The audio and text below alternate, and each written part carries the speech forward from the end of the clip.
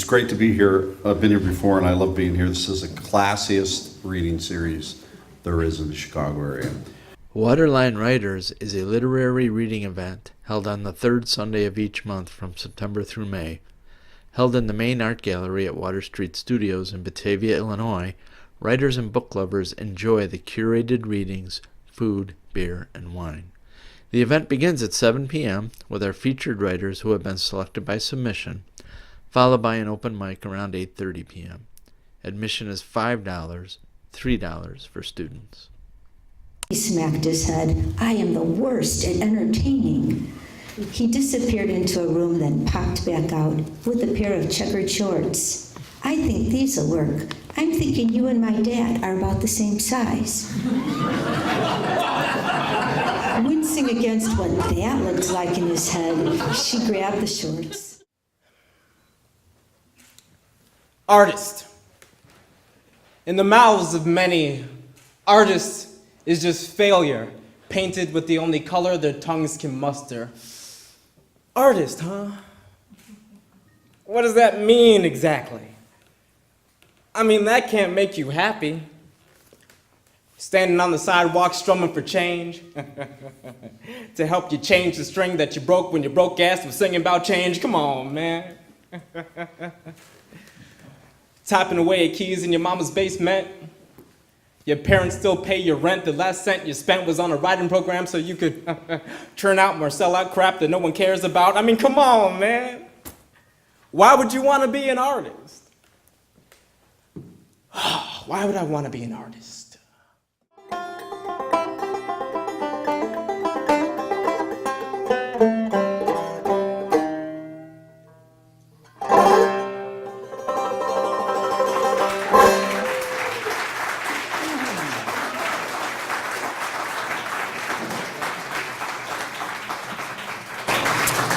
Thank you. It's so nice to be with you tonight, and I'm looking forward to the entire evening and enjoying the work of the Waterline Writers. And Ann asked me to read a couple of pieces and play a couple of songs.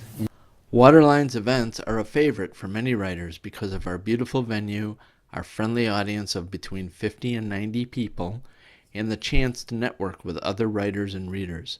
Since 2012, we've hosted 58 reading events featuring more than 200 different writers. Fingers slide gently on those ivory keys in an upwards glissando, carefully, pianissimo. His thumb to her cheek, palm hovering beneath her chin, too young to think she could ever be heartbroken. She gives a shaky breath. Cue the pretty music. Tell me a cute story.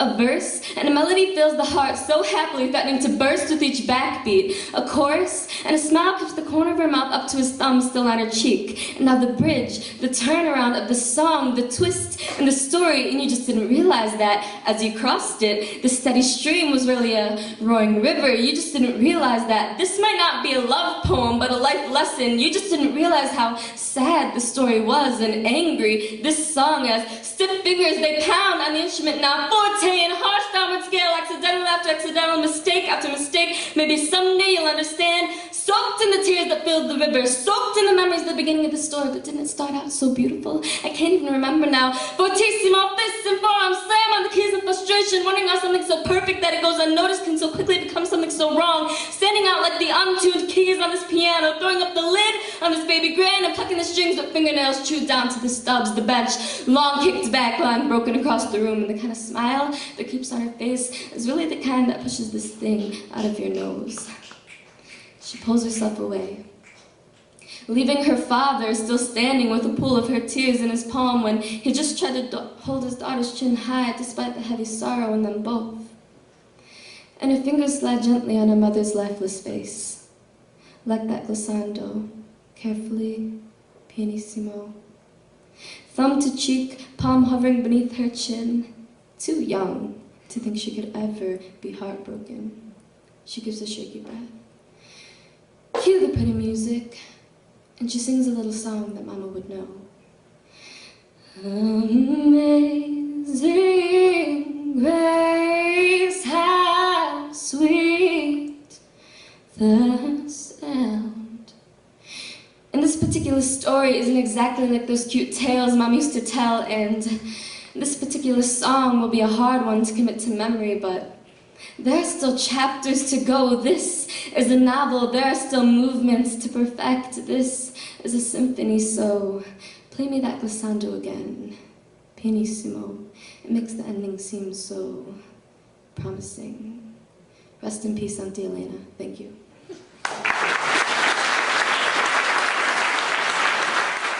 So this is a poem called Eyes. The photo of Nonna in the hall shows full face her hawkish visage.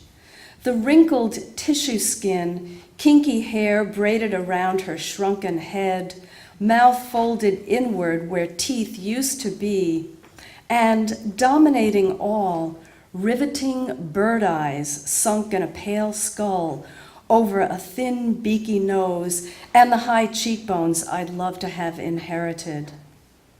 But somewhere behind the cataracts that veil her vision with a milky caul, there had to be the blue of sky and sea, as all my other elders clearly rode through life and photographs with dark, piercing Italian black olive eyes, or the French-Spanish orbs polished amber or steeped in espresso. Nonna, it had to be you who gave me the cornflower blue. You know Dasher and Dancer and Prancer and Vixen, Comet and Cupid and Donner and Blitzen. Setting aside the unusual choice of second-person perspective for a moment, this is a weak opening line, providing no hook to seize the reader. If the reader knows these characters, why are you telling him or her that he or she knows them? And if the reader does not know these characters, he or she is immediately confused or put off by the assumption. Moreover, the series of names is ungrammatical in its repeated use of and, instead of separating the names by commas. Except for one comma inexplicably appearing in the middle, making the entire series non-parallel in structure. Also, check your research. I think the name is actually Donder, not Donna. But do you recall the most famous reindeer of all? Rhetorical questions are a weak cousin to vivid description. Besides, the question makes no sense in light of the preceding text. If the reader knows the other 8 reindeer characters, how would they possibly not know the most famous? Perhaps you mean most interesting, or most recent addition to the reindeer pantheon, or something.